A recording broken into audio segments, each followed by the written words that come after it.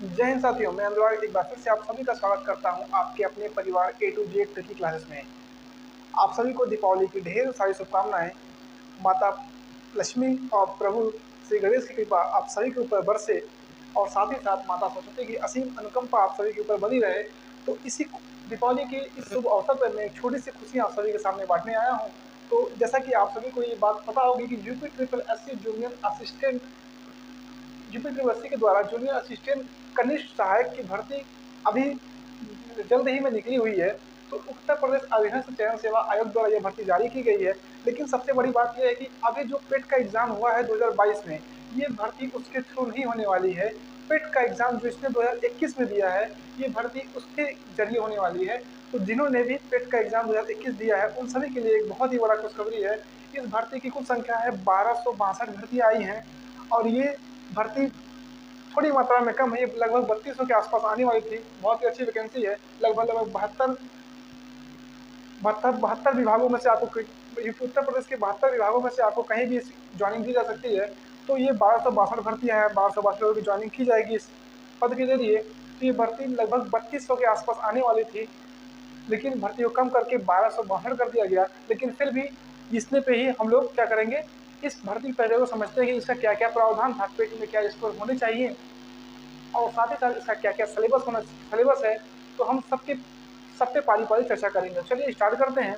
अगर मैं बात करूँ कुल भर्तियों की संख्या कितनी है, 1262 भर्तियां हैं। अगर चयन प्रक्रिया की बात करूँ तो आपके पास 12th का मार्कशीट, अर्थात आप उत्तर प्रदेश से किसी भी रीजन से 12वीं की परीक्षा आपने पास कर रखी हो और साथ ही साथ आपके पास ट्रिपल सी का मार्कशीट होना चाहिए या इस ट्रिपल सी के समकक्ष किसी भी कंप्यूटर की एक आपके पास डिप्लोमा डिग्री होनी चाहिए। आपके पास ये तो अनिवार्य होना चाहिए। यदि आप ग्रेजुएशन है तो आप सोने पे सुहागा का काम करेंगे। यहाँ पे अगर मैं पाठ्यक्रम की बात करूँ तो देखिए मैंने यहाँ पे लिख दिया है। देखिए यहाँ पे हिंदी है, रीजनिंग है और सामान्य ज्ञान। केवल तीन सेक्शन से ही आपसे प्रश्न पूछे जाएंगे। अगर हिंदी की बात करें तो हिंदी में कुल 60 प्रश्न है, रीजनिंग में कुल 30 प्रश्न है और सामान्य ज्ञान में 40 प्रश्न है। अर्थात अगर प्रश्नों की संख्या देखी जाए तो 60 40 100 प्लस 30 130। तो कुल प्रश्न कितने बन गए, कुल प्रश्नों की संख्या 130 है। लेकिन नंबर की अगर बात करें तो नंबर है 65 अंक के होंगे। अर्थात अगर मैं बोलूं कि एक प्रश्न जो है वो आधे नंबर का होगा और साथ ही साथ इसमें निगेटिव मार्किंग का भी प्रावधान है। ये बात बहुत ही इंपॉर्टेंट, ध्यान रखिएगा, निगेटिव मार्किंग का भी आपके पास प्रावधान है। तो 130 प्रश्न आपसे पूछे जाएंगे जो कि 65 अंक के होंगे। और बात आती है कि और 35 अंक कहाँ पे गए, तो मैं यही बताता हूँ। तो कुल अंक जो होंगे आपका 100 नंबर का पेपर होगा। 100 नंबर के पेपर में से 65 अंक जो होंगे आपके हिंदी, रीजनिंग और सामान्य ज्ञान से पूछे जाएंगे। और साथ ही साथ जो 35 अंक होंगे, 35 अंक आपके पहले की पढ़ाई पर डिपेंड करता है कि आपने पहले कैसी पढ़ाई कर रखी है। चलिए मैं दिखाता हूँ आपको। जो 35 अंक होंगे, इस 35 अंक में से 20 अंक जो होंगे यदि आपने इंटरमीडिएट की परीक्षा में फर्स्ट डिवीजन लाया है, अर्थात 60% से अगर आपके ऊपर हैं, तो आप ये बात मान लीजिए कि आपको 20 अंक पहले ही मिल चुके हैं। इंटरमीडिएट की परीक्षा में अगर आपने फर्स्ट डिवीजन लाया तो 20 अंक मिलेंगे। अगर आपने सेकंड डिवीजन लाया है तो आपको 15 अंक मिलेंगे। यदि आपने थर्ड डिवीजन लाया है तो आपको 10 अंक मिलेंगे। तो आप अपने हिसाब से अनुमान लगा सकते हैं कि आपके कितने परसेंटेज होंगे। तो लगभग लगभग सबके फर्स्ट डिवीजन होते ही हैं इंटरमीडिएट में, तो 20 अंक आपका यहाँ से बन जाता है। फिर बात आती है ग्रेजुएशन की। तो इसमें ग्रेजुएशन मांगना तो नहीं है, लेकिन फिर भी यदि आपने ग्रेजुएशन कर रखा है और ग्रेजुएशन में आपका फर्स्ट डिवीजन है तो आपको यहाँ पे 10 नंबर मिलने वाले हैं। यदि आपके सेकंड डिवीजन है तो आपको 8 नंबर मिलने वाले हैं और यदि आपकी थर्ड डिवीजन है तो आपको 5 नंबर मिलने वाले हैं।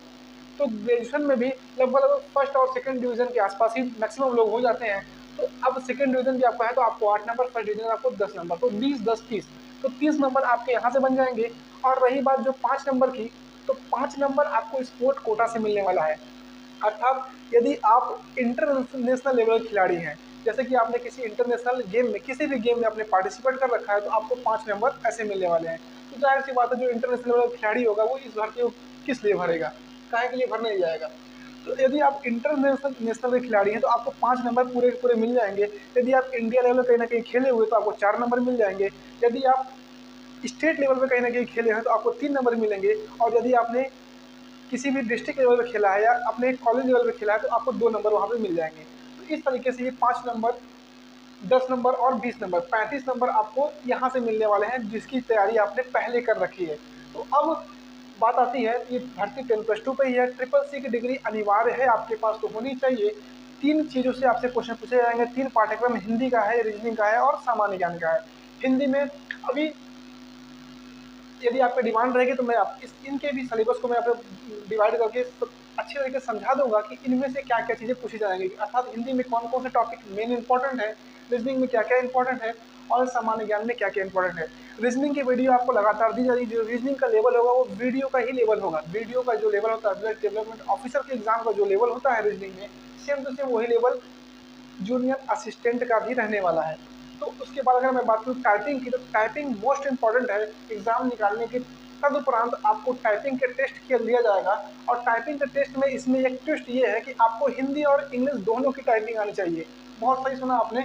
आपको इसमें केवल इंग्लिश या केवल हिंदी नहीं, आपको हिंदी भी आना चाहिए और अंग्रेजी भी की भी टाइपिंग आनी चाहिए। यदि इंग्लिश की बात करें तो इंग्लिश में 30 वर्ड पर मिनट की टाइपिंग आपके पास होनी चाहिए और हिंदी की बात करें तो हिंदी में 25 वर्ड पर मिनट की टाइपिंग आपके पास होनी चाहिए। इंग्लिश में यदि आपके पास लैपटॉप है या मोबाइल ही है तो मोबाइल से आप प्रैक्टिस कर सकते हैं, लेकिन बात है हिंदी की तो मंगल फॉन्ट वगैरह से आप जो सी प्रैक्टिस करते हैं तो हिंदी की टाइपिंग की प्रैक्टिस कर सकते हैं। मैं खुद टाइपिंग करता हूँ इंग्लिश की, तो मेरे लगभग 45 टू 55 के बीच में पर वर्ड बन जाते हैं।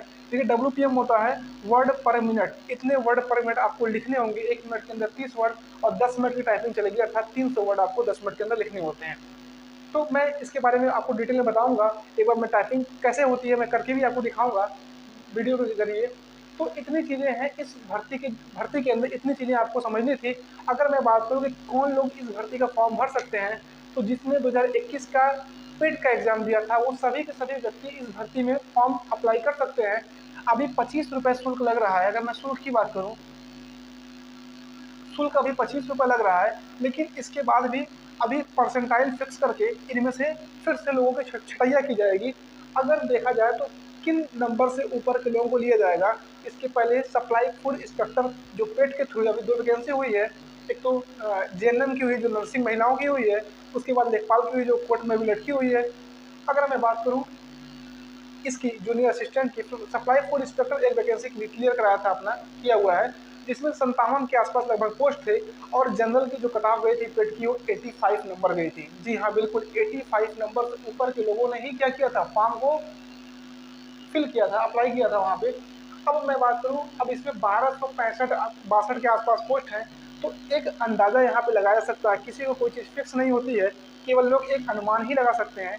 अगर एक अनुमान की जरिए देखा जाए तो लगभग लगभग उसमें 85 के ऊपर नंबर को लिया गया था, तो यहाँ पे 75 का रेशियो आपस में बन सकता है। अगर पेट 2021 में पेट 2021 में आपके 75 के आसपास नंबर हैं, 75 नंबर हैं आपके, तो 75 नंबर का कहने का सेंस केवल लगभग आपके 95 परसेंटाइल के आसपास बन रहे होंगे।